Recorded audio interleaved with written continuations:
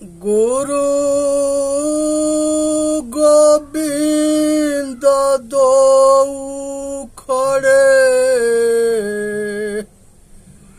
काको लागू पाव। बलिहारी गुरु आपने गोविंद दियो बताए। पूजनीय संत समाज, देवी और देवता, भक्त समाज, सभी हमारे माता बहन, बच्चे बच्चियां, सभी हमारे पूर्वज, सभी से दास के आशीर्वाद मांगता है कि ये जो है सेवा करने में सक्षम रहे। ये अपना जीवन जो है समाज के सेवा के लिए कोशिश करता है। ये जो है 900 वीडियो बना करके और आत्मा और परमात्मा के ऊपर, चेतन और जड़ के ऊपर, प्रकृति और पुरुष के ऊपर, माया के ऊपर बना करके ऑनलाइन इंटरनेट पर यूट्यूब चैनल पर डाला है, जिस चैनल के नाम है चेतन जीव दुख मुक्त चैनल। इसके सुनना है, समझना है, विचार करना है और सभी भाई तक पहुंचा देना है। यही ये दास के अनुरोध है। ये वीडियो जो है, जो अगर सुनता रहेगा और उसके अनुसार आचरण करता रहेगा तो दुनिया की कोई ताकत ना है कि उसको जन्म मरण के और संसार के सब दुख से वो छूट जाएगा और वो परमात्मा हो जाएगा। दुनिया की कोई ताकत ना है कि उसको रोक ले। करना क्या है? सुनना है, समझना है, अपने आचरण में उतारना है, रहनी गहनी सहनी आचरणशील बनना है। अनादि काल के जन्म मरण के चक्कर छूट जाएगा। इसलिए जो है इस समाज के 4 भाग में बंटवारा हुआ, 5 भाग में, जिसको पंचकोश कहते हैं। अन्नमय कोश, अगर हम अच्छे भोजन करेंगे तो ये शरीर जो है अच्छा जो है शक्तिशाली बनेगा। सात्विक भोजन करेंगे, शाकाहारी भोजन करेंगे तो सात्विक वृत्तियां उत्पन्न होगी, सतगुण उत्पन्न होंगे। और जब शरीर बलवान होगा तब मन बलवान होगा, जब मन बलवान होगा तब बुद्धि बलवान होगा, बुद्धि बलवान होगा तो हम अपना जन्म मरण के अनादि काल के जो बंधन है, उस बंधन के छोड़ के बंधन मुक्त हो सकते हैं, हो जाएंगे। लेकिन ये सब मजबूत होना चाहिए। तन भी मजबूत हो, बुद्धि मजबूत हो, मन मजबूत हो, निर्णय मजबूत हो, साधन मजबूत हो। जवानी में ये सब काम होता है। अगर खाना खराब हुआ तो जीना खराब होगा। यही आदमी जब होश में होता है तो ये अपना कल्याण करता है, और जब बेहोश होता है तो अपना होश खो देता है, और अपना पतन करता है, और अपना लोक परलोक खराब करता है। ये भोजन के बहुत बड़ा प्रभाव है।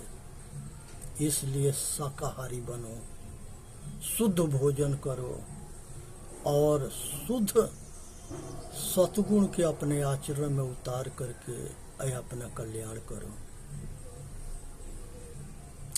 तो इसलिए भोजन ठीक होना चाहिए, जल भी साफ सुथरा होना चाहिए और शरीर के ख्याल रखना चाहिए। संसार में मनुष्य के शरीर जो है ये सबसे बड़ा दौलत है। अगर जान है तो जहान है, शरीर ठीक है तो दुनिया है, नहीं तो कुछ भी ना है। शरीर में जिसके रोग लग जाते हैं वो सब सुख होने के बाद भी उसको सुख अच्छा ना लगता, सब भोग होने के बाद भोग अच्छा ना लगता, क्योंकि शरीर के जो कष्ट है वो बहुत बड़ा कष्ट है। और दैहिक, दैविक, भौतिक, ये 3 तरह के ताप है। और इसी 3 तरह के ताप से छूटना मुक्ति कहलाता है। दैहिक ताप जो है अनेक तरह के बीमारियां है। शरीर में ऐसा बीमारी हो जाना कि खाट पर न मरना बने न जीना बने, चिल्लाना बने, रात दिन चिल्लाना, सड़ना मरना, ये दैहिक ताप है। किसी प्रकृति एक्सीडेंट से मर जाना, अंग भंग हो जाना, रोना गाना, जिंदगी नरक हो जाना, ये प्रकृति आपदा है। जल जाना, बाढ़ में अधमरु डूब जाना, अधमरु हो जाना, तूफान में अधमरु हो जाना, भूकंप में अधमरु हो जाना, ये दैविक ताप है। भौतिक जो है किसी जीव के द्वारा मार पीट देना, हाथ गोड़ तोड़ देना, शरीर अंग भंग होना, खाट पर सड़ना मरना, ये भौतिक ताप है। जानवर के द्वारा मारे जाना, कीड़े से घायल होना, इस तरह ये जो है भौतिक ताप है। ये तीनों ताप से मनुष्य छूटता है तो वही सुख है। ये तीनों ताप भोगता है तो यही दुख है, यही घोर दुख नरक है। ये सबसे छूट जाना वो स्वर्ग सुख है। इसी बंधन मुक्त होना, अपना कर्म के सुधार करना, पाप कर्म बंद कर देना, पुण्य कर्म करना और सब दुख से छूट जाना, इसी के नाम सुख और स्वर्ग है। तो यहाँ अन्नमय कोश को जाने और अपना कल्याण करें, अच्छे बुरे भोजन के पहचान करें कि अच्छा भोजन हमारा कल्याण करेगा, बुरा भोजन हमारा दीन दशा खराब कर देगा।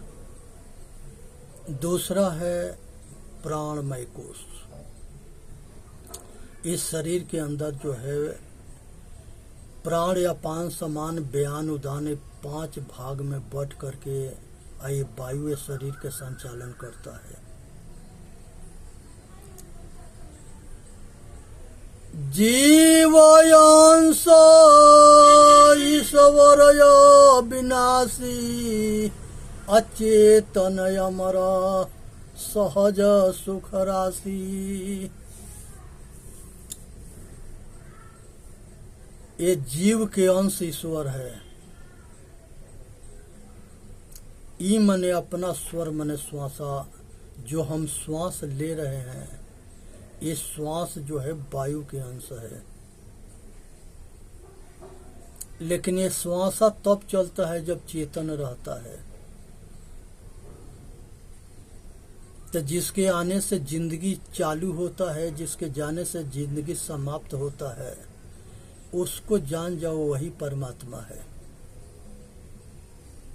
घर ही पियवा परिचय नहीं, घर ही में साथ में रहा, हम अपने आप को नहीं जाने, ये हमारा दुर्भाग्य है। इसके बाद मनोमय सृष्टि, मनोमय कोश, ये तीसरा है। ये संसार जो है मन में स्थिर है। जहाँ जहाँ मन आसक्त होता है वही उसी के नाम माया है। स्त्री के भोग में रोग लग जाना, अनेक तरह के इच्छा के दास बन जाना,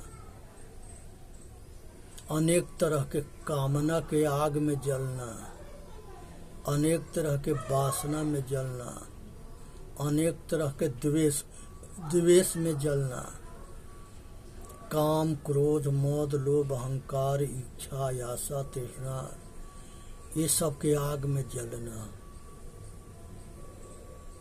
ये जो है चीता तो एक बेर जलाता है, लेकिन चिंता जीवन भर जलाता है।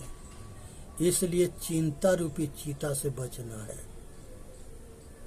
साहेब कहते हैं, चिंता से चतुराई घटे कि दुख से घटे शरीर, पाप से धन लक्ष्मी घटे कह गए दास कबीर।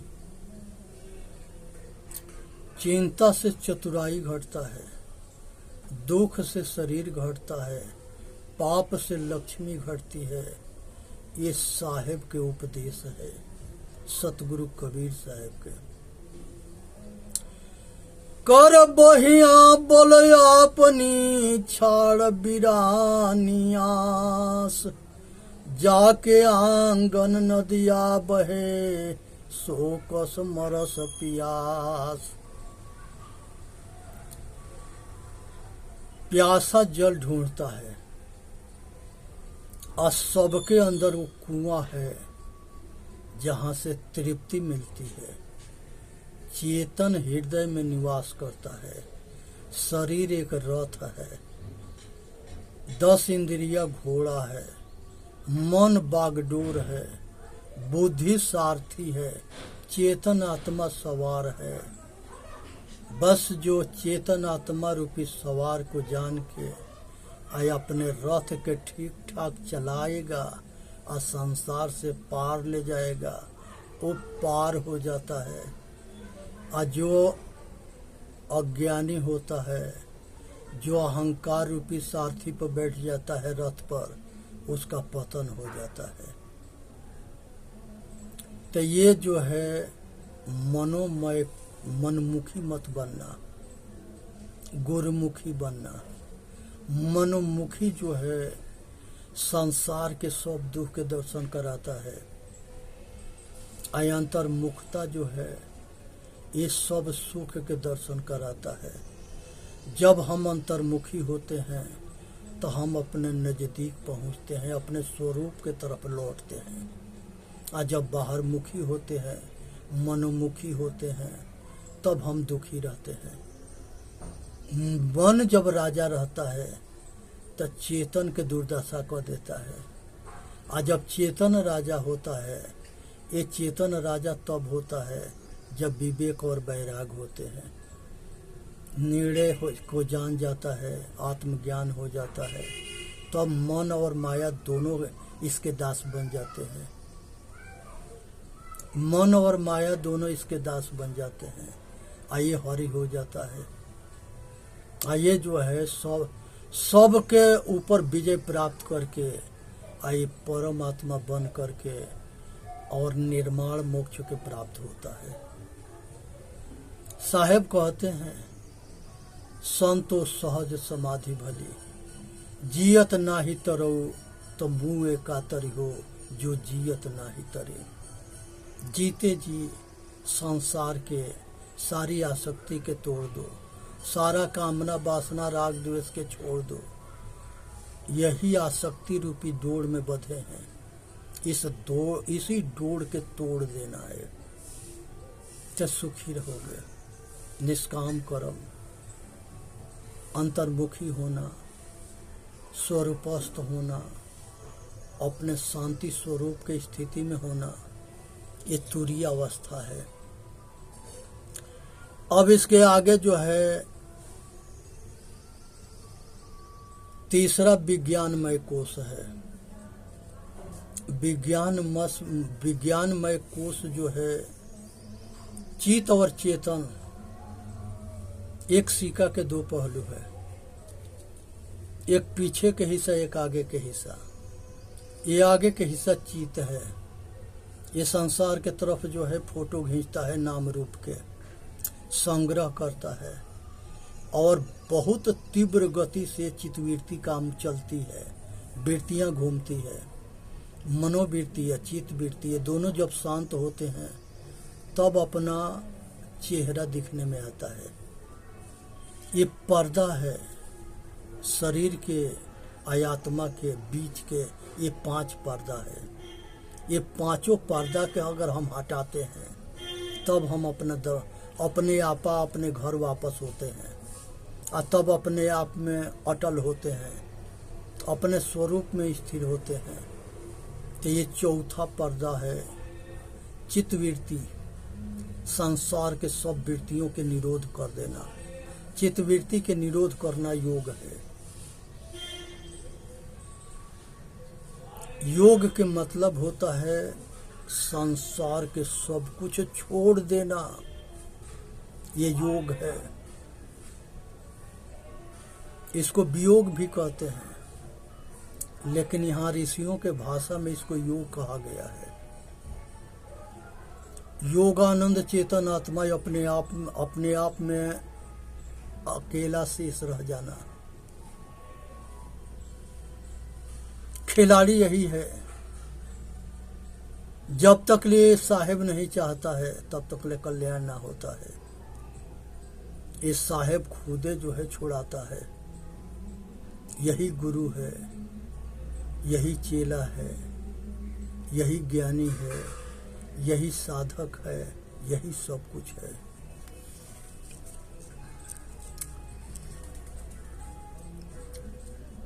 तो ये जो है नाम से या रूप से सब वृत्तियां को शांत हो जाना, मनोवृत्ति शांत, चित्तवृत्ति शांत, तब अपने घर वापसी होता है, अपने स्वरूप में टिकते हैं। 5वां है आनंदमय कोश। आनंद जो है, अगर बाहर आनंद और मजा के चक्कर में पड़ेंगे तो मरेंगे, और संसार के सब कुछ छोड़ करके अपने आपा में मस्त रहेंगे तो वो परम आनंद है, परम स्थिति है, परम सुख है, परम शांति है, परम अपनी आपा में मस्त हो जाना। जागृत में जो कुछ हम करते हैं वही स्वप्न में चलता है। तो ये चेतन आत्मा जागृत में सब कुछ करते हैं, उसको जानता है। स्वप्न में जो कुछ देखते हैं, ये स्वप्न में देखने वाला कौन है? ये चेतन है। अगर हम गहरी निद्रा में आराम करते हैं तो गहरी निद्रा के एहसास कौन करता है? चेतन करता है। कहता है कि बड़ा मौज मस्ती से सोए थे, बड़ा आनंद आया। सोने के ज्ञान कौन किया? चेतन किया। ये तीनों के जानने के बाद चौथा शेष साक्षी रह जाना, यही चेतन आत्मा के अपना स्वरूप है। जागृत रहना, ज्ञान स्वरूपा रहना, साक्षी भाव रहना, ये सब कुछ के जनैया है। जो सब कुछ के जनैया है वो अपने के भी जानता है, लेकिन बिना गुरु के या बिना संत के जल्दी हम अपने आप के नहीं जानते हैं। साहेब कहते हैं कि बोल छूटे अपना किरे छोड़ावे पीव, अज्ञान दशा में जीव कहीं की मोक्ष दशा में शिव। अज्ञान दशा में ये जीव होता है, मोक्ष दशा में शिव होता है। इसलिए ज्ञान दशा में स्वयं को जान जाए, स्वयं हो जाता है। इसलिए मन बुद्धि चित्त अहंकार से ऊपर उठने की जरूरत है, अपने आप में स्थिर होने की जरूरत है। संसार के सब राग द्वेष के छोड़ने की जरूरत है। कामना वासना आसक्ति के तोड़ने की जरूरत है और अपना स्वरूप में स्थिर होके अब परम सुख परम शांति की अनुभूति लेना है। यही 5 गो पर्दा है, अन्नमय, प्राणमय, मनोमय, विज्ञानमय, आनंदमय। ये 5 पर्दा के जब हम हटाते हैं तब हम अपने स्वरूप में पहुंचते हैं।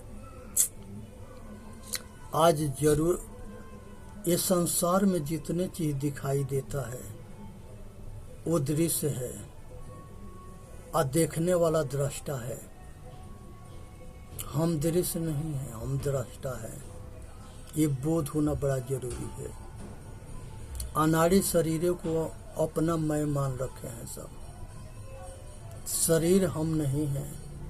मेरा आँख, मेरा कान, मेरा शरीर, मेरा घर, मेरा बीबी, मेरा पत्नी, मेरा बेटा, मेरा मकान, मेरा गाड़ी, सब मेरे से अलग है। मैं अलग हूँ। तो इसलिए अपने आपा को जाने, अपने आपा को समझे और अपने आपा में स्थिर रहे। अपने आपा में अटल हो जाना अपना कल्याण करना है। अपने आपा को भूल जाना, संसार में इच्छा जो है, इच्छा रूपी नारी अवतरई तास नाम गायत्री धरी। तेहि नारी के पुत्र 3 भयऊ ब्रह्मा विष्णु महेश्वर नौ। फिर ब्रह्मा पूछल महतारी को तुर पुरुष के कर तू नारी। हम यवर तुम यवर नहीं कोई, आ तुम ही पुरुष हम ही तुर जोई। बाप पूत के एक नारी एक माय बियाय। ऐसा पूत सपूत न देखा जो बाप ही चिन्हे धाय। तो ये चीज को समझने की जरूरत है। मन से या इच्छा से 3 गुण पैदा होते हैं, सतोगुण, रजोगुण, तमोगुण। ये तीनों गुण के विस्तार आगे होता है। ये पूरा संसार ये 3 गुण के अंदर है। इसी में भटकता अटकता मरते आ रहा है। इस 3 गुण के जान करके ये तीनों गुण से ऊपर उठने की जरूरत है। चेतन जीव दुख मुक्त चैनल पर आके अपना कल्याण करे। बोलिए सतगुरुदेव की जय। साहेब बंद की साहेब बंद की साहेब।